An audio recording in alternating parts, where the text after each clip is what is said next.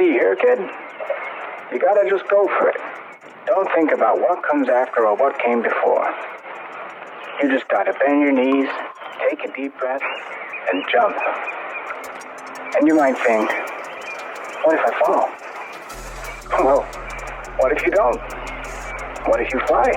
Switching command to internal. From the Collaborative Studios, Open the Eye, where metaphysical, paranormal, and the unexplained meet.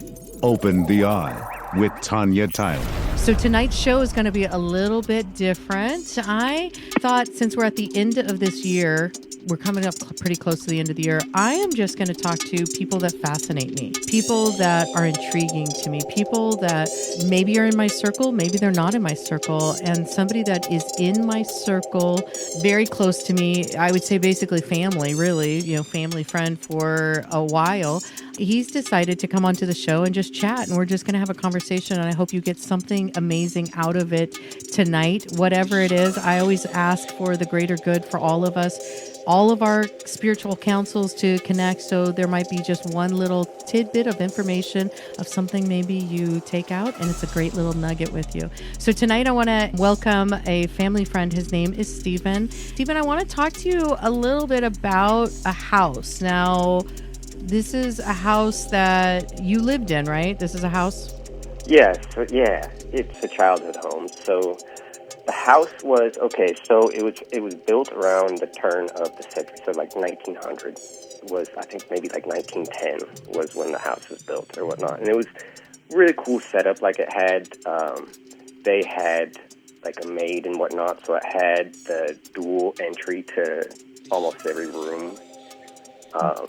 Just like a really cool setup, but the basement was like an unfinished half like workshop, half like cave. Like, because there was rock on the walls.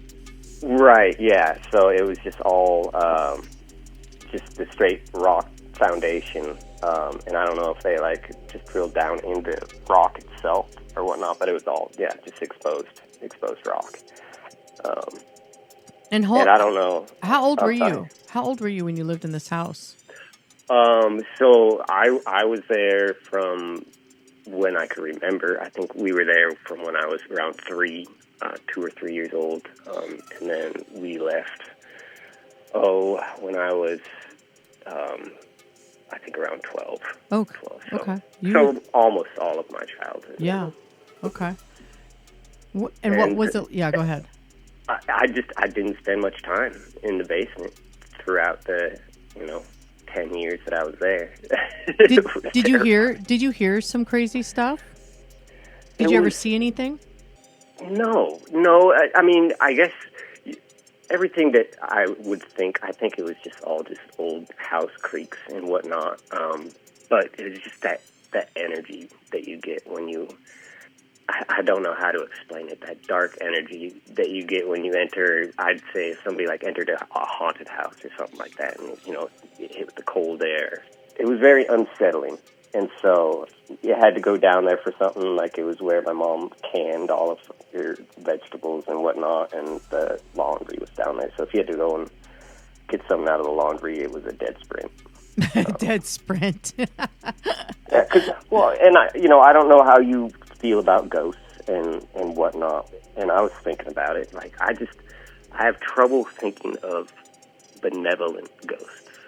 Do you think that there are good ghosts out there? Like, I believe, in my opinion, I believe the energy is stuck here for some reason. So I believe that their energy is stuck, and maybe that is that they are confused and they don't know where the light is, and we want to get them to the light, so they're confused, so they're stuck, and so they're attached to, maybe like you said, like the house. Right. I also believe that there are good ones that are here. I don't believe that, my personal believing, I don't believe that they're all here to be angry and harmful. I do believe that there are some here that are maybe, just confused. They're not here to be harmful. They're just confused of what happened. That's my thought process. Point. That's my thought process. That's a really good point. Like I thought, I was thinking about it. I was like, I believe in angels, you know, and, you know, guardian angels and whatnot, but there's really no, like, I couldn't really think of a reason why a ghost would be, but confusion, that makes a lot of sense. Because I believe that when they leave this world, you know, they leave this dimension that we're in right now. They leave and they go they go to a different dimension. They're confused, so they kind of like maybe hold on to it. I don't know. You know, I'd love to know more and get more into it. I had this, being a real estate agent, I went into this house, and I don't know if I've mentioned this on the show or not, but my people were down running around, and I just usually let them kind of run around and look at the house so they can get the feel of their own energy in all the rooms. So I normally kind of go through, look at the house. I never went downstairs. And so the woman came up from downstairs. She's like, Tanya, I don't know. That downstairs just seems kind of like a lot to put together. And it just seemed weird down there. Like she was kind of thinking of it as more construction because it wasn't fully finished and it needed to be fully updated. Okay, let me run downstairs. I got to the basement floor, the bottom step, and I stepped off, and I literally could not breathe. I felt like somebody was choking me, and I couldn't breathe, and I was like almost like in my head screaming. And I remember physically saying, this isn't real. I got to go. I got to get back upstairs. And I sprinted. I literally sprinted upstairs with heels on. And I remember like my heart was I was shaking. And so I believe that, you know, there are some ghosts that are, you know, if that person, maybe there was somebody that hung themselves in that house, or somebody got strangled, or the energy of some negative was stuck there. Like you said, dark energy. So... And it really makes you wonder. It's kind of, you know, as a kid, I was like, what happened down here? When you were a kid, did you think like ghosts and things like that, or did you just kind of, because I know that your family was very at the time pretty religious. Is that easy way to say that? Okay. Yeah. No, absolutely. But yeah, no, I mean, it's whatever it was. I mean, I don't know that I specifically was like, you know, it's the boogeyman, or it's a ghost, or it's this, that, or the other, but it was energy. When you went, it was something. Like you felt like something was behind you, like you could feel it. Your hair was always on end when you went down there. Like it was just like you said, like when you got off and just froze, and you had that just anxiety overload. It was it was something else. And as you know, you get teased and whatnot by your siblings, and you love to tease them back about it as just like, oh, you know, it's nothing. But it's funny how crippling just that just innocent air can be. So I definitely, when you just said that, you know, like sprinted back up in high heels, I was like, you know, it brought me back to just sprinting up the stairs as a kid, like with no regard of what was in front of me. No, it was like, I'm going. I got to get upstairs. Talk about a little bit about angels. Before we move to angels, let's go to a house that you lived in on, was it not Garland, but something, was there a house that you lived in that had music that would play randomly? You're talking about, we had a brick house. Yeah, brick house. The music, not so much. That I think was more of my partner at the time in the house. Okay. But it was just that basement as well. I don't know what it is with houses and basements. But, you know, I live in a town that is, and especially an area of town that has a lot of older construction. So I'm not sure if there was just, you know, just one of those things where the houses that I happened to reside in had like uber creepy basements. But this one was the same. It was a partially finished basement, so it was just, it gave off those weird that weird energy vibe. A couple rooms I wouldn't enter. I just stayed away from just because, I mean, they were unfinished, and there's just no desire. Just felt creepy. Right. But from my understanding, there was like a lot of phantom noises that came down from that basement, or I guess came up from that basement. and it was an interesting house, but it was the same one where it's just you like to stay on the main floor, Yeah. and not delve down if you don't have to. Not disturb anything. I remember your son when he was little, he would say stuff about the man with the black hat, the dark man. Do you remember that?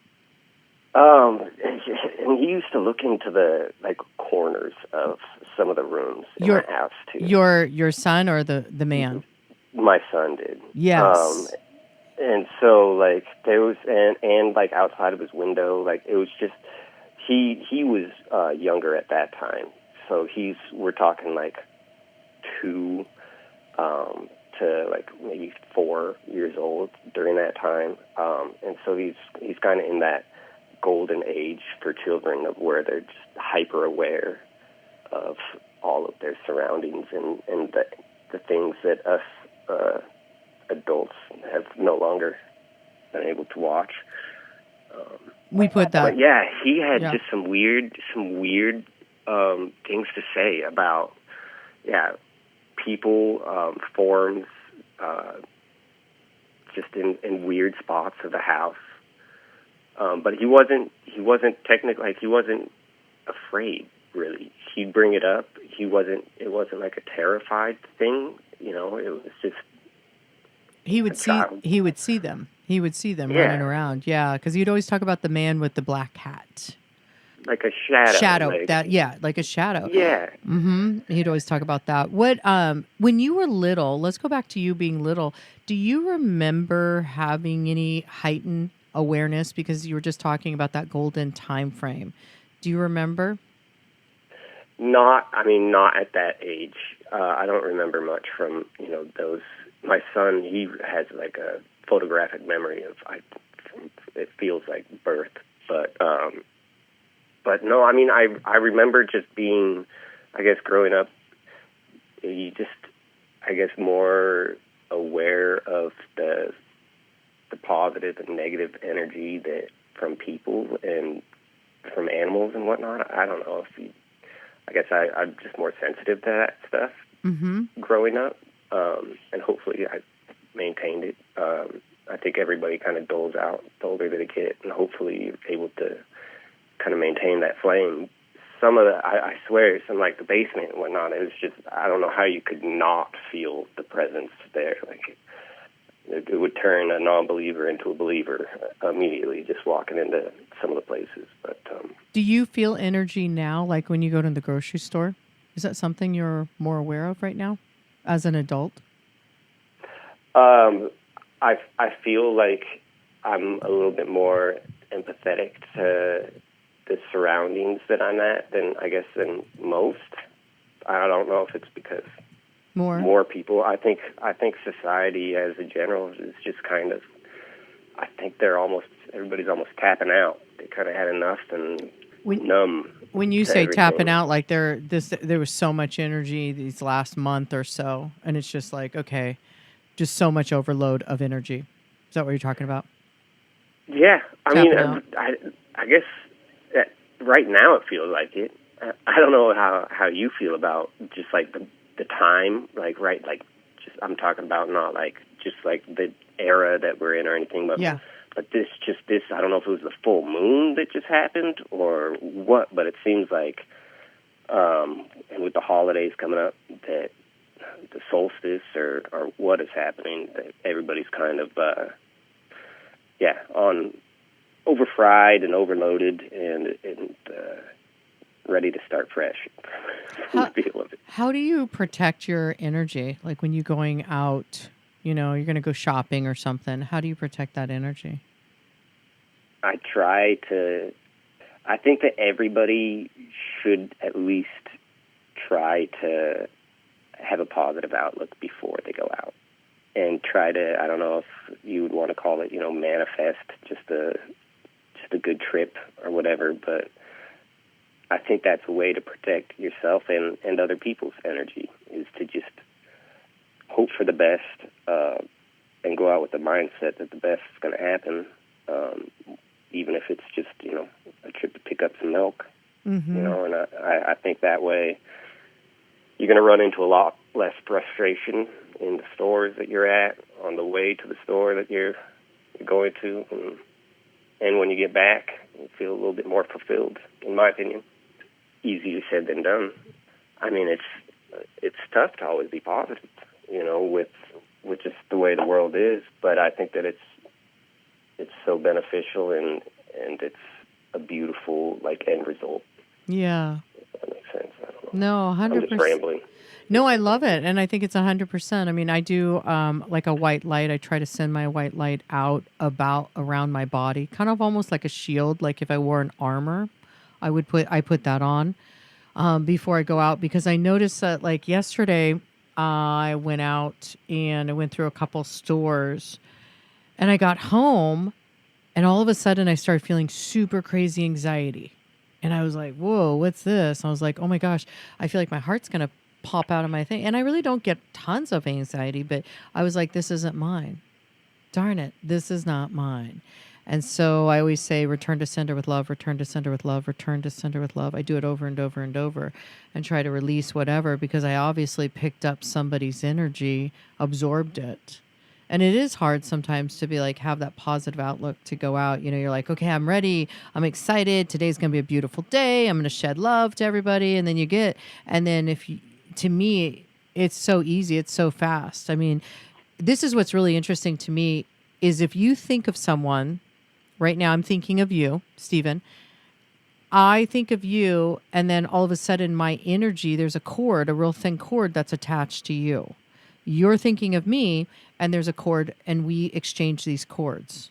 So even if you don't think of me and you go on without the rest of your night and we don't talk for days and days, months, whatever, and you never think about me, but I go back and I reminisce and think about you, like, oh, I wonder how he's doing. My cord is instantly being sent out, or it's being stronger. That cord, that energy cord from that one person to the next, that energy cord is being sent out, and it's almost like I'm feeding that cord. So either the cord's getting stronger or there's another cord. So, okay. Yeah, that's just, I mean, that's that. You're like, all right, I've never heard. Have you heard this before? No, I haven't. It's very interesting. Yeah. No, 'Cause keep going. It's these energetic cords. And when I was about, I think maybe 18, maybe 19 or 20, this was kind of that energetic cord that I learned about. And it's like, they say it's silver cord. And when we dream, you'll hear that they talk about a silver cord, like our soul releases from our physical body and goes off. Maybe it, grabs, thoughts from the day or whatever, but we release ourselves and we're connected by that silver cord. But what's interesting is, so you are in the store. We're going back to the store piece. You're in the store and you look at someone and they look sad. And you think to yourself, oh, that person looks really sad. Or maybe they are without a home. And you're like, oh, you're thinking for just a split moment, it's cold outside. And, gosh, this person's, sitting out there. Instantly, your cord is attached to that person. Or that person looks at you and you exchanged your eye glance. You've now exchanged cords. And so that energy is being fed through that cord. So I felt yesterday when I got home, that anxiety that came. And then I instantly knew it wasn't mine, because I was like, what would I be having anxiety about? Nothing. It was, I didn't spend money. I didn't, there was nothing that I went through my whole list. Is this mine? Is this mine? I kept asking, is this my feeling? And it wasn't. I knew it wasn't mine because it wasn't attached to any emotion with my family or friends or anything like that. So I said, return to sender with love, return to sender with love. And I just felt like a white light pouring over the top of my head, kind of like you turn on the faucet and that water just falls over, the glass or whatever, it just pours over, and it was just cutting cords. Anybody that was thinking about me or I was thinking about that person, oh, that's a cute dress. Hi, you're standing at the checkout. Hi, how's it going? Whatever. You're exchanging a cord. Isn't that wild? Yeah, no, and it's great to think about, and just the to have that visualization mentally, to where you can, if you're feeling the negative, to where you can just kind of to almost rinse it away through what you're saying, this is not mine. Return to sender with love. Yeah, return to sender with love. I say it so much, it's almost unreal. Now, within probably about 5 minutes, that was released from me, and I was fine. That's how I know that some of this stuff is real in my life, because it was gone, and it wasn't mine. So somewhere I had picked up somebody else's energy. Because think about this at this moment, we are becoming more conscious as a collective. As things change, and as we move through every time, all these planets moving. I mean, it's crazy where we're entering into the age of Aquarius and all this stuff. We are shifting, and this energy is really heightened, and we're all feeling it. So we have this feeling of absorption, because it's not something we're familiar with. If we're not aware of how to manage our energy, to take care of it, to filter it, to clean it, we get overloaded, and then we absorb somebody else's energy, and now we're processing somebody else's fear, somebody else's anxiety, whatever. Oh, I'm guilty of it all the time. That you process somebody else's feelings, energy? Oh, yeah, absolutely. So I think it's great advice that you have to be able to step back and kind of process through and realize that it might be having nothing to do with you, and that you just have to let it back into the universe. We are coming up to the solstice Saturday. The winter solstice, it's December 21st. The veil is thinner. The veil, meaning on the awakened to other dimensions, the veil. That's the veil. And it's thinner, and this is what ancient civilization knew. This is why they would have the winter solstice feast. This is why they did a lot of the rituals. This is why they did, what they did during that time frame, because it was a celebration, not because we're entering into winter, which it's usually around the first day, if not the first day of winter. But the veil is thinner, and they say that this year, the 20th, December 20th, the veil is really thinner going into the 21st. And this week, as we're moving into this week, it's so important to keep in our mind the clarity of thoughts. What we say, our words are so powerful. Our words, because you don't realize how much negative talk we do until you stop and listen to all the chatter in your head. I'm not good enough. I don't have, whatever. And this is really important to be aware of it. And I think I'm glad that we're, talking about this right now, because I want everyone to be in a really loving place in their life. And I think that our words are so powerful, especially this time frame. And this would be a time that you want to manifest. This is a time of celebration, but this is a time of manifestation, really, truly, for the last of the year. This will be it, Friday and Saturday, and Friday being really thinner. So it'd be a good time to make sure that you're clear, make sure that you see that white light pouring over you, make sure that the cords from other people, that you're not processing their energy, their sorrow, their hardship, whatever that is, or maybe their happiness, whatever, because it's not yours.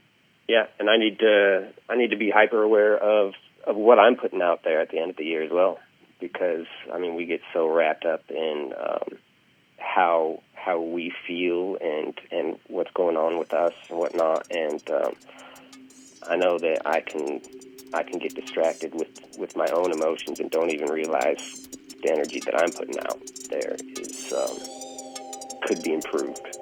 Tenfold. What do you think some of your emotions that you process? Where do you think some of that stems from? Because you were just saying that, like, some of the things that you're even putting out, like, what is that from? Anxiety. It's just the stress of everyday life.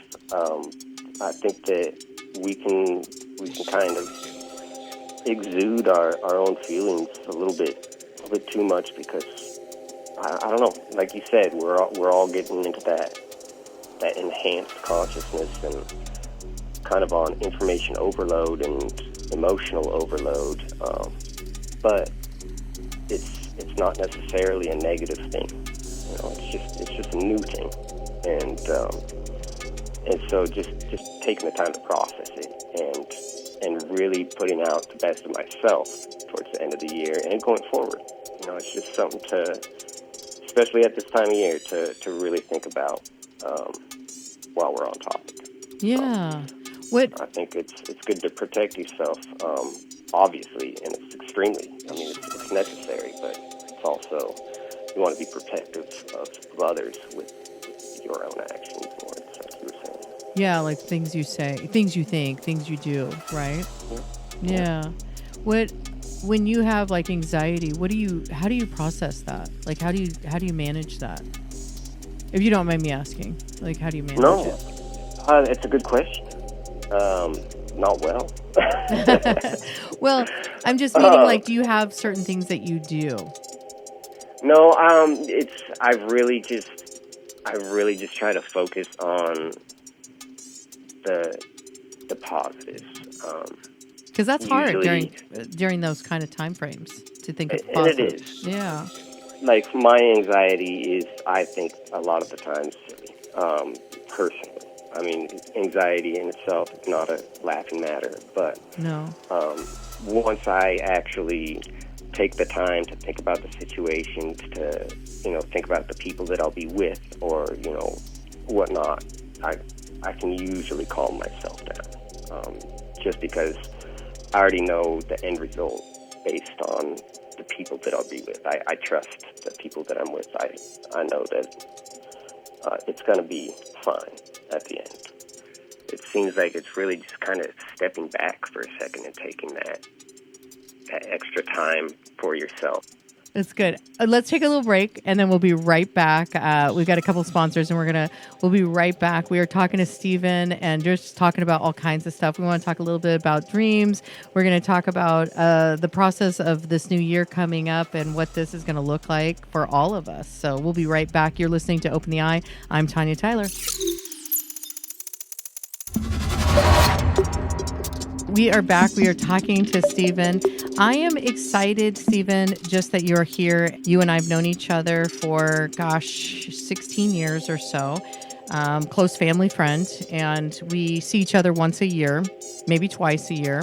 Thank you so much for sharing some of your vulnerability, talking about anxiety earlier. I appreciate that. Talking about your dreams. So any dreams that you had that you feel that are like something that's pretty powerful?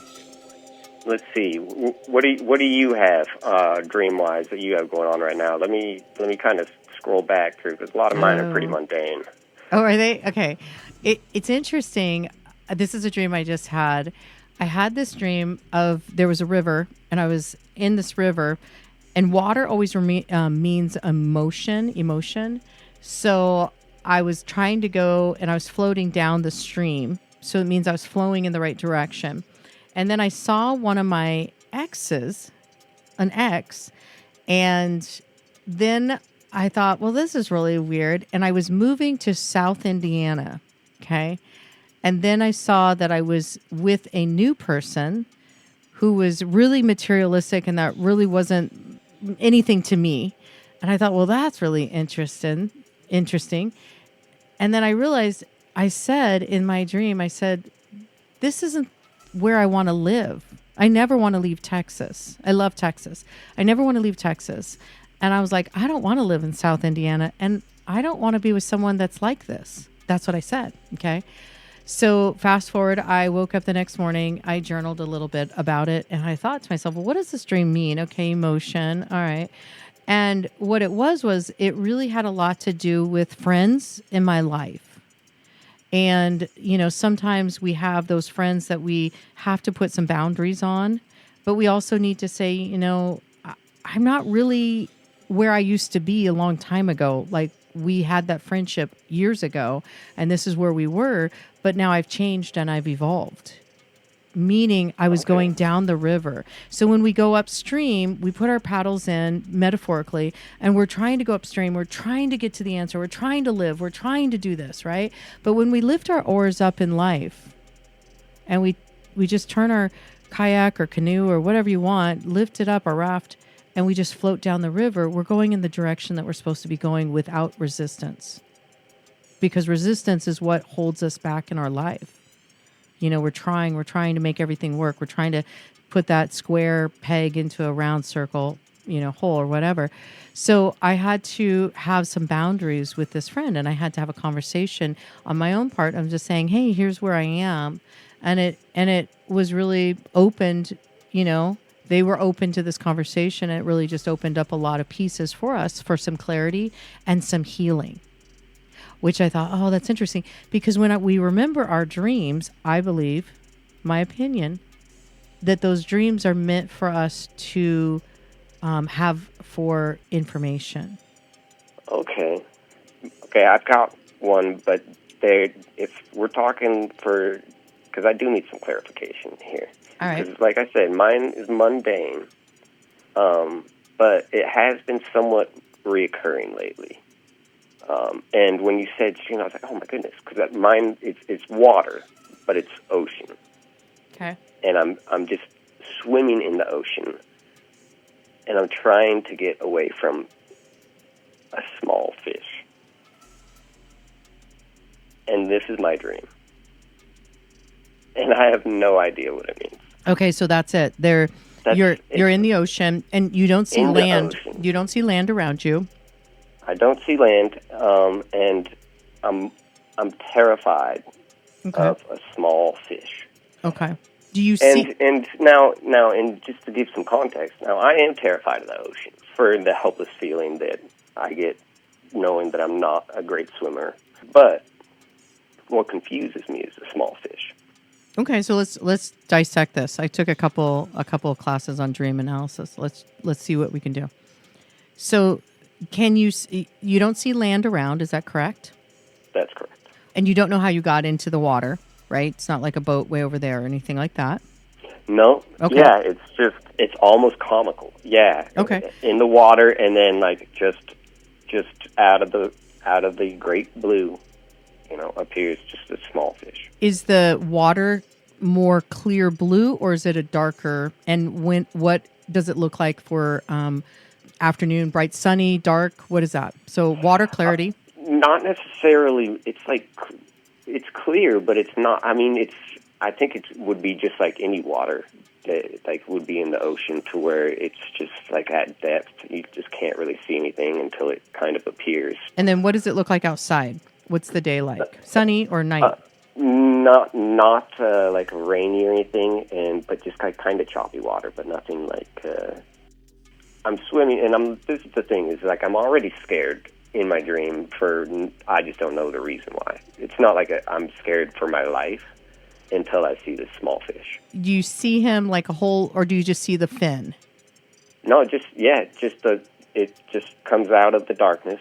Okay. And it's just like, it's not like it doesn't have like danger zone colors or anything like that. It's just, like. And then what happens? Do you wake up before he gets to you, or is he coming at you? It's like I said, it's kind of comical. Yeah, it's just. I'm not laughing. Human floundering, trying to get away. Because like I said, I'm not a strong swimmer to begin with, but in the ocean, I don't think really any human is a match for like marine life. Me just trying to get away from this thing. My thought process with this is the fear. You've got fear stuck somewhere inside you. And the one thing that you keep saying is that the ocean, you're not a strong swimmer. So you're not a strong swimmer, so the ocean kind of has a little bit of a fear already with that, because you can't see land anywhere. So the fear of just being there. So and then the little fish is something that it's a little situation when you're awake.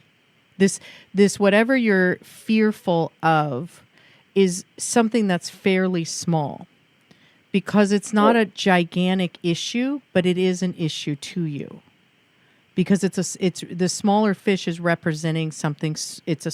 Your subconscious is saying this is something that's smaller, but it's something that has a big emotion behind it.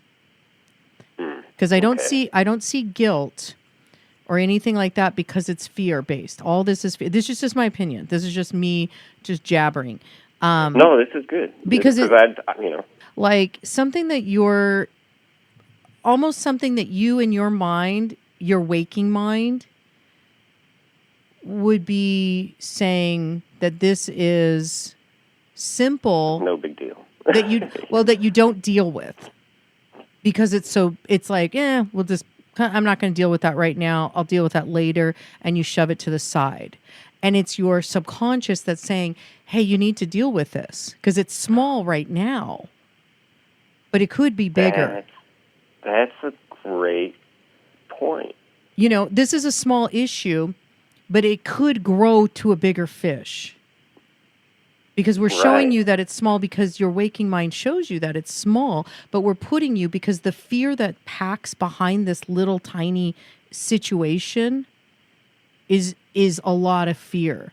And I'm not sure what that is. That's for you to do your journey, to find out, to ask yourself these questions, like, what is it that I'm not dealing with? What is it that I'm not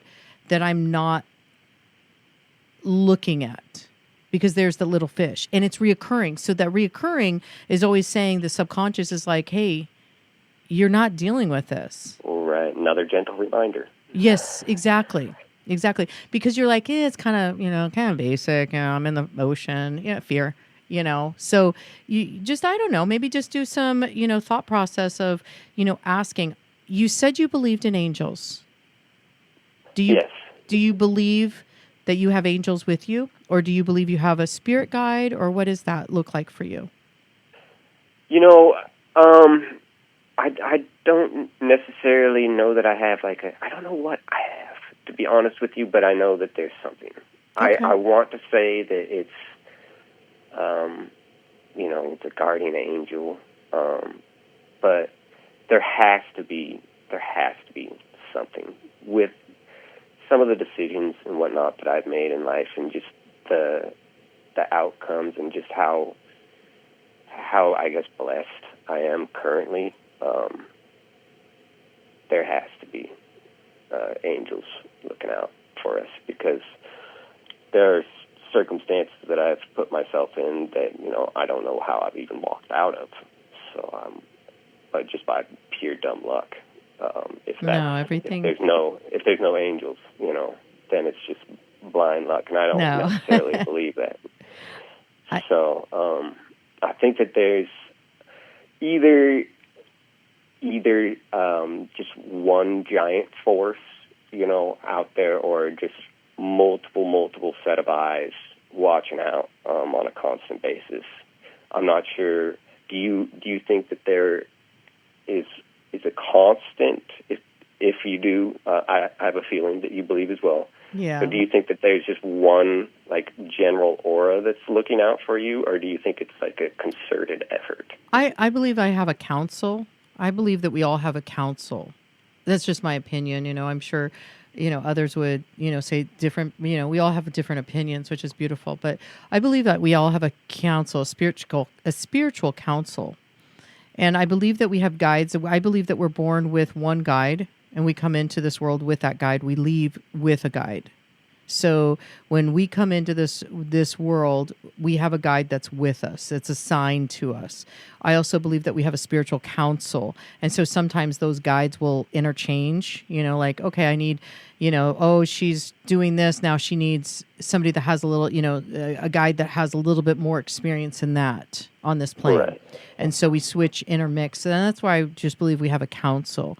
Like before we started this show, I asked my council to work with your council for the best conversation for tonight, and for anybody that needed to hear whatever was going to come out of our mouths for the greater good of tonight. So that's I believe that we have angels all around. I believe we have guides. I used to tell my daughter, when she would leave the house in high school, I would say, Archangel Michael is going to look over you tonight. Archangel Michael is going to look over you tonight. And I don't know if I've ever shared this story with you, but I'll share it. She was in high school, and she got arrested for drinking. And so an MIP, minor in possession. And she was swerving. And thank God in my heart that nothing bad happened to anyone. She was at a party, thought she was okay to go home, and she wasn't. She got behind the wheel and somebody called and she got arrested. She told the officer, she told me this story many years after this situation. She told the officer, she swears to this day, this moment, that she had someone in the car with her named Michael. And so when the police officer walks up to the window, she remembers this. And he said, what's, whatever, said to her. And she said, well, my friend Michael and I are leaving. And she looked over or something like we just left. And she looks over and there's nobody there. And she swears that he said it's going to be okay when the cop pulled her over. It's going to be okay. It's going to be okay. Like reassured her. So she looked and there was nobody there. And she said that was the moment in time that I was like, Mom was right. Wow, that's incredible. Yeah. So, so I always believe that our angels step in when they need to. I believe the angels or guides cannot help us unless we ask for their help. And they're not going to help if there's not, archangel, guide, I need millions of dollars today. I mean, it's not, Right. okay, here's $1 million. Just cause. Yeah. And I don't know if I've ever shared this story with you because we've been, together, connected for so long. We had a tree that fell in the middle of our house. I don't know if you remember this or not. And it was a windstorm in 2015 in Washington, and a big gigantic pine from the neighbors snapped off, and it went straight down into our house. Do you remember that? Are you aware of that? I do. Okay. I do remember that. So I'll tell you the story how it goes is that it was really windy that day. We had just picked up our little guy. He was 3 months old, and he was in the carrier, or 4 months old. He was in the little car carrier because it was like 3:30 in the afternoon. I just took him home from the daycare, and he was asleep. So it was really super windy. I put him into his car carrier into the front room, and I just left him in the car carrier because he was asleep. And my husband was laying on the couch. He just got home from traveling down to Louisiana fishing, and he was exhausted, and he was laying there, and the wind is just whipping around, and it's really intense, and we would never have had a windstorm as severe as we had this year. It was that year, 2015. And so I said to my husband, I said, we need to get some flashlights. I was making some soup, and I said, let's get some flashlights because I have a feeling we're going to lose power because it's that intense. And the meteorologists were calling that it was going to have winds up to 76 miles per hour, which is a tropical hurricane. And so I said, let's go downstairs into the basement and look for flashlights or batteries or whatever we could. We left the little guy upstairs because he was asleep. I went downstairs and he was looking around for the flashlights. I had a load of laundry and I thought, well, I'm going to get this load of laundry done because I'll probably be folding tonight. I'll be doing, just whatever I can find tonight. And I started the load of laundry. As I was putting the load of laundry into the washing machine, I instantly saw in my head, like a movie, it was really quick, of us, my husband and I, running upstairs to the main floor, screaming, oh my God, oh my God. And that was it. And so I grabbed the new laundry out of the dryer, instantly walked upstairs. And I started going upstairs. As I got up into the kitchen, we lived in this little tiny bungalow, about 700 square feet. As I got into the kitchen, I started walking into the living room.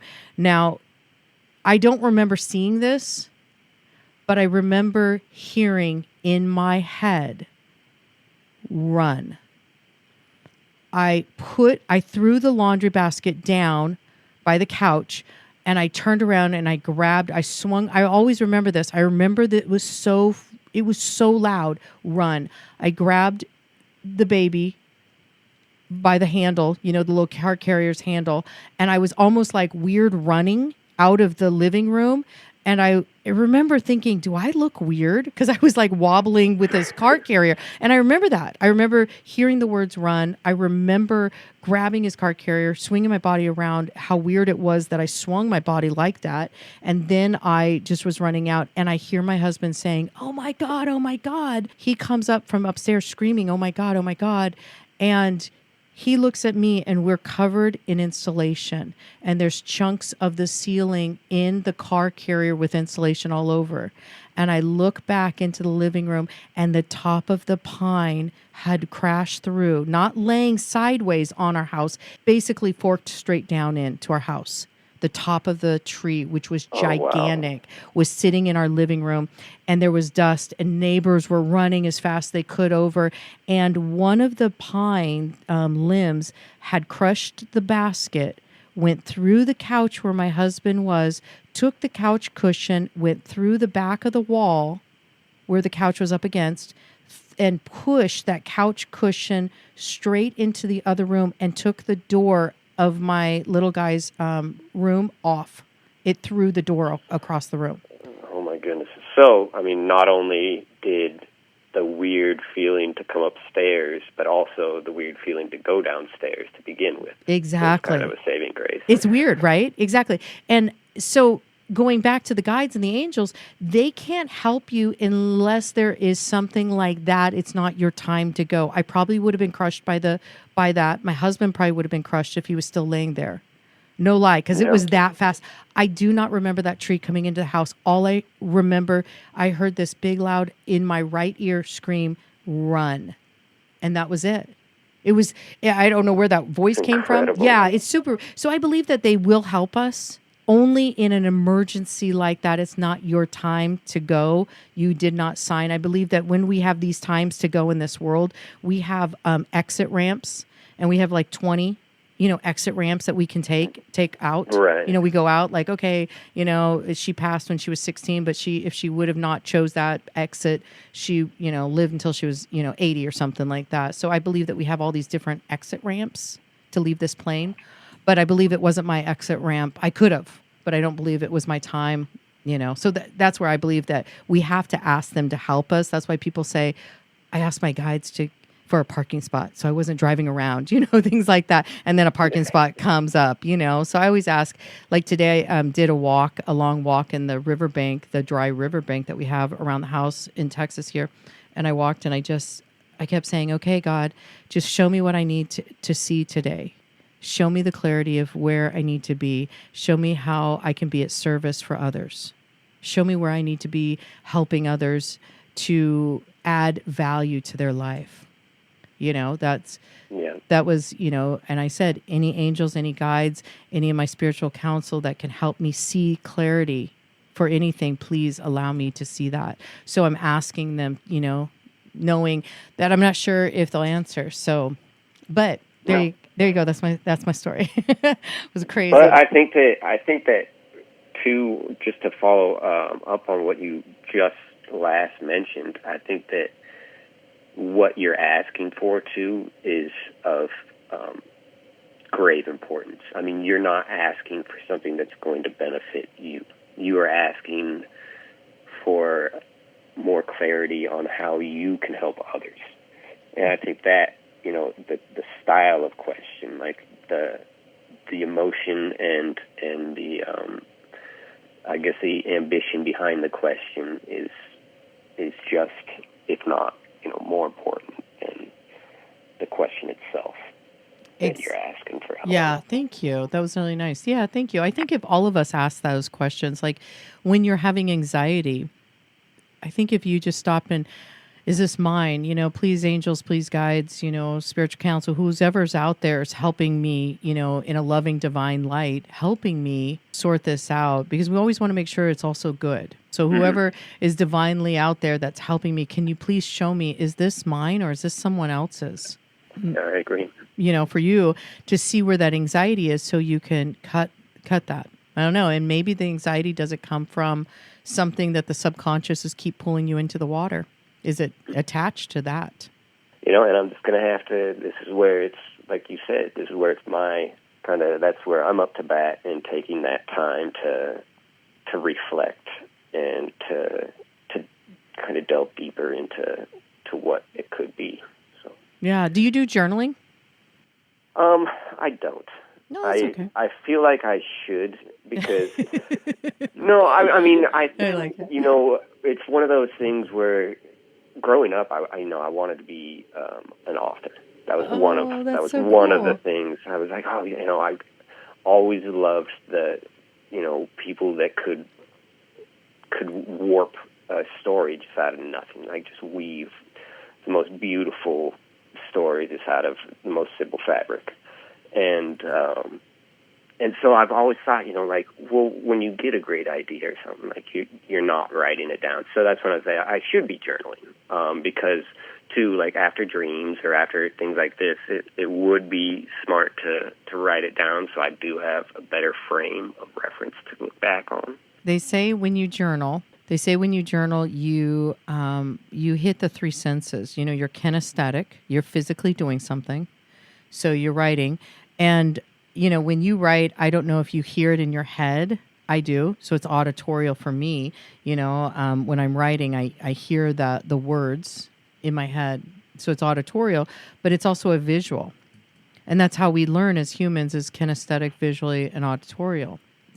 You listen to somebody speak, you hear something, or you see, and we're usually dominant in one of them, and then we're dominant, and then the second, and then the third. So, but then you're hitting with the journal, you always hit something. People always ask about what should I be writing in the journal? I don't know how to start. I don't know what to do. I always just say, because I have piles of journals around my house, I always find a notebook that I like, first of all. And I'm kind of picky on it. Maybe it's got to have spiral. I'm like a spiral person, a big one or something. But then I always find a pen that I like, that flows to me. I like the rollerball, ones. And then I just write whatever. I go, okay, like this morning I wrote, I wrote the date. I always write the date, usually. And then I write, okay, so today was a really, or today is going to be really good. That was my morning thing. Today I'm going to set out and I'm going to ask, for more guidance on how to help people. I just randomly, I'm just telling you a story, just like I am right now talking. I just will start anything, because to me, it's like, I'm not picky. I just need to get it out of my head and get it down on the paper. And then sometimes it starts flowing. They say that, this is interesting. I talked to a woman, she was on this show. Her name is Sheila, and she is a nature-based creativity coach. She's also an intuitive painter and an author and a publisher. And she was last week, but she was really fascinating because the way she does her thing is she does automatic writing with her left hand. Her non-dominant hand, excuse me. It's my left hand because I'm right-handed. So her non-dominant hand. So you ask the question to, why am I always having this dream of the water and the little fish? And then you take your hand that you don't normally write with, and then you write the answer. And that's sometimes how people do automatic writing. I thought that was intriguing to me. Huh. Yeah. I don't know. I'm sharing that with you. That's very intriguing. I wouldn't think that... I would think that I would hit a roadblock if I just tried to start writing with my non-dominant hand. Right. But, me too. I'd be all like, oh, why is that big block letter? I can't even get an L out or something. I don't know. But it kind of has the reverse effect, huh? Yeah, she said it kind of does something with the brain and it shifts it a little bit. So, I don't know. So, I send you lots of love for your new year. Maybe you're going to start journaling or something, and maybe you'll find where the water dream is. Yeah, no, absolutely. Well, I'm glad that you were able to dissect yours and feel like that you got down to the root of it and, made a bunch of progress on it. So that's amazing. I'm glad that we had this conversation so I can at least have a foot to start on here with my minnow dream. Stop. You've got great things. I love that you shared all this with me, and I like that you're still here with us. You had that moment, you had that exit ramp. Yep. I'm so glad that it was not my time to take that turn. And so hopefully my freeway is going plenty of miles without another one coming up soon. Yeah. So I feel blessed to, like you said, to be here, but all of the people in my life, absolutely, that is a blessing right there. Yeah, so for sure. You were definitely included. Oh, thank you. And my fam, my little guy that sees the men in hats, when he's younger, he's the light of my life. So. Yeah, for sure. Enjoy your 2025.